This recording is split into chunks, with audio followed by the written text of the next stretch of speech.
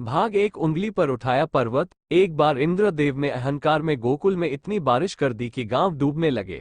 ग्वाल बाल मनुष्य सभी के प्राण बचाने के लिए श्री कृष्ण ने बहुत छोटी उम्र में एक उंगली पर गोवर्धन पर्वत को उठा लिया। सभी ने अपने प्राण बचाने के लिए गोवर्धन पर्वत की शरण ली। कृष्ण 7 दिन तक भूखे इसी तरह खड़े रहे।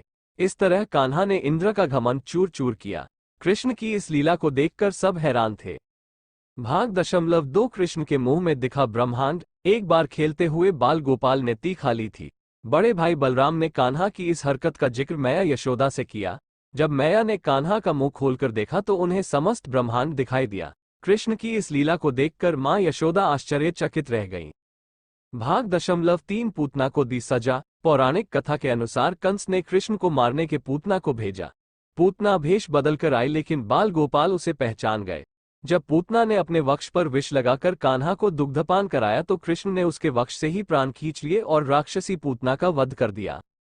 भाग 4 कालिया का सिखाया सबक। कहते हैं यमुना नदी पर कालिया नाग ने कब्जा जमा लिया था। उसके जहर से यमुना काली पड़ गई थी।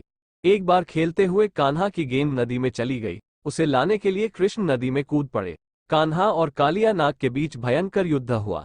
कृष्ण लीला देखकर कालिया नाग उनके कृष्ण की पहली अद्भुत आगे झुक गया, जिसके बाद वो उसके फन पर नाचने लगे।